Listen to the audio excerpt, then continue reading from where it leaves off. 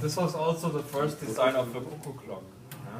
So 1690, this kind of clock appeared the first time, and sometimes there also was a moving picture on the top that moves every half an hour once. Let's see. And every full hour. And this kind of moving picture was often funny and not always politically correct. This, for example, doesn't have any moving picture. Here we have another one, a black forest clock with a moving picture. This was slightly later than this one. But again, the moving picture, and this one is the potato eater. At every full hour, he will eat potatoes, and to tell the time, for example, 3 o'clock, he will eat 3 potatoes, 4 o'clock, 4 potatoes. And the same principle goes for the cuckoo clocks. Sorry, to go back a little. The first modern design cuckoo clocks appeared in 1860 and look like this one here. The shape of the house here resembles a traditional railway station house in Germany, so sometimes it's called railway station clock. Again, once half an hour, and every full hour to tell the time.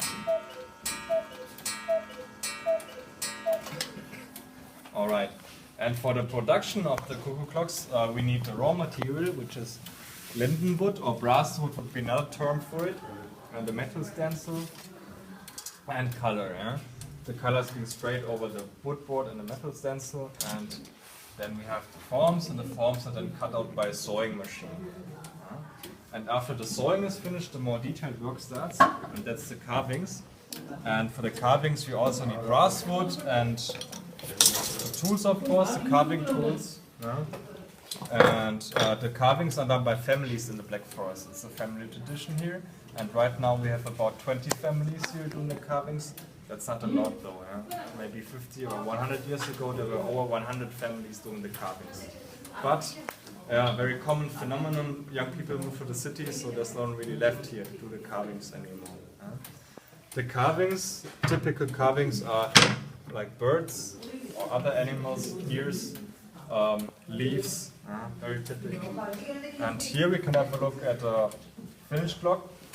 A clock, by the way, takes about 2 to 3 months to finish. This one is all hand carved, so this one you can guess will take a lot longer than a small one. And have a look at the movement.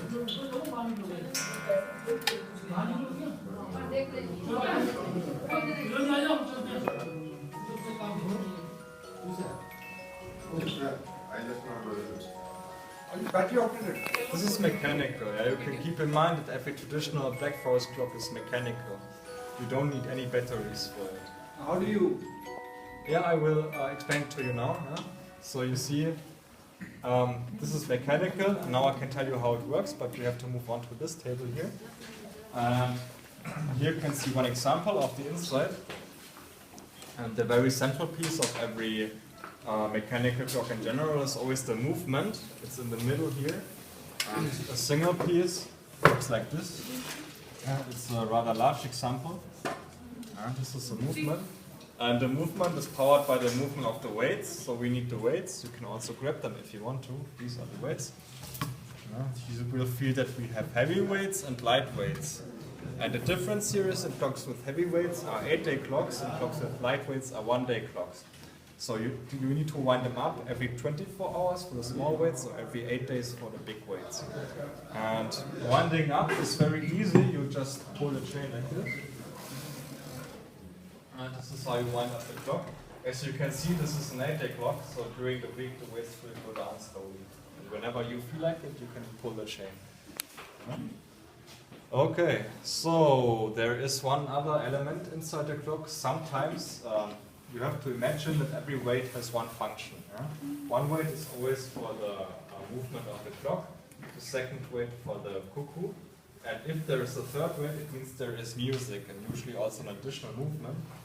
And you can see this clock, for example, only has 2 weights. It means there is no music, only the clock and the cuckoo. So the music, by the way, comes from a little box inside. This is the music box, and sorry, my colleague. And it's the only piece not from the Black Forest, but from Switzerland, because it's a tradition there, and it's very good quality. And the music box, if you play it, you can already hear some sound. it's not very loud though, right? But if you put it on a wooden table or any wood in general, yeah, it becomes very clear. This is because wood is a very good transmitter for music. Same principle goes with the guitar or any other. And there is one last element inside. I haven't explained that. These here, these two wooden boxes. Can you guess what these are? Kind of, yeah. But for what? For the music. Cuckoo sound. It's the cuckoo sound, exactly. So these two things are whistles or bellows, how you may call them. So if the two things are being moved, it sounds like this. With two different tones for the cuckoo. And also the smaller the clock, the smaller the whistle, which also means the higher the sound. So a small clock will have a baby cuckoo inside. It's higher, right? So these are the whistles or bellows. All right, now you actually know how everything works. I can show you some examples here. Let's start with this one.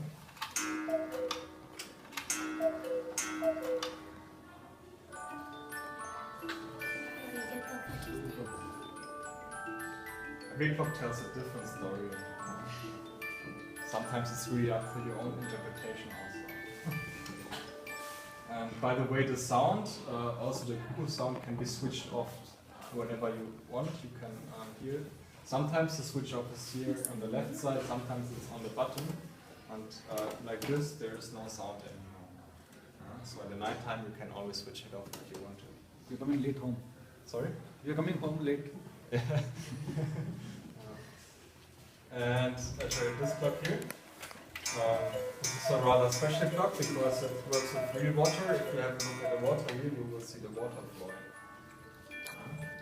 And the special thing here is that there's a water tank and also a pump, and the pump is powered by a battery. And the battery again is powered by two solar panels on the rooftop here and here. Which doesn't mean you need to expose it to real sunlight or put it near the window. The light in a room like this is enough to recharge the solar panels. So that's a high-end cuckoo clock. And here.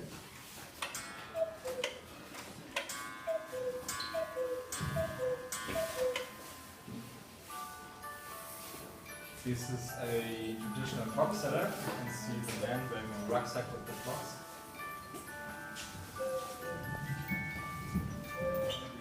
And upstairs, if you're interested, you have over 100 mechanical clocks, but also battery-operated ones, like these ones. They're easy to be recognized on the weights because they're very light, usually made out of plastic or wood. And the sound is also different. And in general, they're slightly cheaper, of course, because the inside is not as complex. These are the battery-operated clocks. Okay, and if you purchase a clock, it comes in a box like this. You get 2 years of warranty, and for the mechanical clocks you also have service centers around the world, also in India and Mumbai.